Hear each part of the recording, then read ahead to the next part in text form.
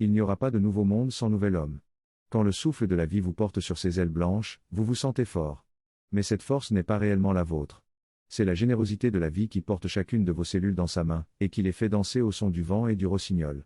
C'est la bonté de la vie qui vous enveloppe d'un manteau de nuages, et qui vous donne cette sensation de pouvoir danser au rythme du scintillement des étoiles. Vous vous sentez léger et vous vous sentez fort, et vous oubliez jusqu'à l'existence de la maladie et du handicap, et vous oubliez aussi jusqu'à l'existence de la détresse et de la fébrilité. Et quand une petite ombre passe sur vos émotions et vos pensées, vous vous dépêchez de sortir au soleil et d'ouvrir les bras pour boire la lumière qui descend du ciel. Victime de l'illusion de toute puissance, vous êtes alors semblable à l'adolescent en bonne santé physique et mentale qui n'a pas encore 20 ans, et qui ignore encore tout des faiblesses et des fragilités de sa nature humaine. À chaque fois que vous êtes animé par l'ivresse plaisante de la révolte. À chaque fois que votre poing serré se lève contre ceux qui vous semblent vivre dans la négation de la vie et qui semblent vouer un culte aux forces ennemies de la vie. À chaque fois qu'il en est ainsi. Vous êtes cet adolescent vibrant d'idéaux qu'il croit pur et juste, et qui est ivre du sentiment de justice et de l'émotion de justesse de sa révolte. Bien que vous puissiez déjà connaître le goût de la poussière, et bien que vous puissiez déjà avoir trébuché sur vos propres écueils intérieurs. Vous vous livrez corps et âme à l'illusion de toute puissance, quand vous gardez les yeux fixés sur les ennemis de la vie. Parce qu'alors, votre cœur ricane parce que vous déplorez la bêtise des ennemis de la vie, parce que vous voyez la petitesse des ennemis de la vie, et parce que vous êtes convaincu que vous saurez tracer d'une main sur la grande voie de la lumière. Peut-être admettrez-vous que vous tâtonneriez, mais vous souriez dans votre cœur parce que vous êtes convaincu que vos tâtonnements seront sans comparaison avec les boulevards de perdition des ennemis de la vie. Savez-vous que le chemin de la révolte est seulement un détour? Savez-vous que le chemin de la liberté est lui aussi seulement un détour? Vous rêvez d'un monde nouveau, où le souffle de chacun fusionne avec le grand élan de liberté et de joie de la vie elle-même. Et vous sentez qu'en étendant la main, vous pourriez saisir des flocons de lumière. Ce sont les ennemis de la vie, croyez-vous, qui empêchent les hommes de danser. Libres et heureux. Dans la lumière du soleil, de la lune et des étoiles. Seriez-vous donc à un bond du nouveau monde? Juste le bond de la révolte, le refus définitif de laisser votre pouvoir aux ennemis de la vie, le pas décisif qui vous ferait sortir de l'ancien monde, et vous ferait entrer dans le nouveau monde? La vérité est que vous êtes seulement ivre.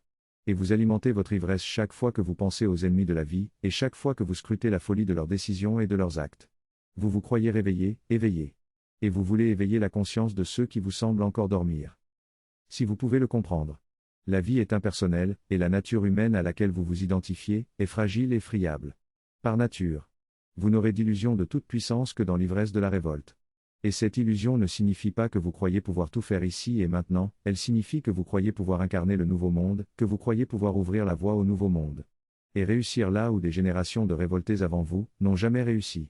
Car toutes les révoltes du passé ont donné naissance au monde que vous avez sous les yeux, et qui est exactement le monde que vous honnissez, et qui demeure le monde tel qu'il était depuis la naissance de l'homme.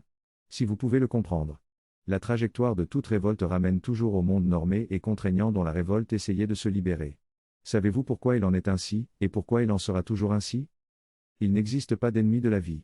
Bien que vous soyez convaincus de les avoir identifiés, de les avoir démasqués. Et le monde. C'est-à-dire la société des hommes. Le monde est toujours la résultante globale du niveau de conscience des peuples. Ainsi que la résultante globale du niveau d'imperfection de la somme des individus. Et donc des peuples. La vie est impersonnelle, et elle exercera une pression aveugle sur les plus fragiles, en même temps qu'elle soulèvera les ailes des plus audacieux.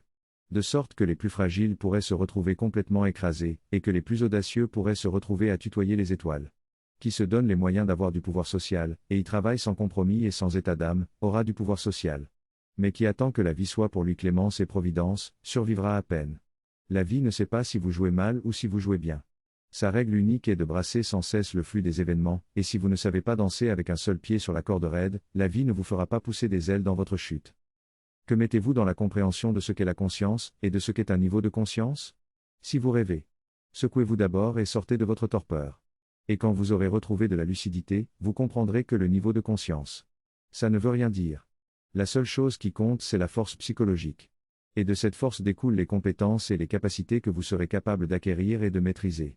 Si vous manquez de force psychologique, le temps qui s'écoule sera pour vous comme une succession d'échecs sans fin dans la lutte intérieure pour essayer de vaincre vos propres démons intérieurs.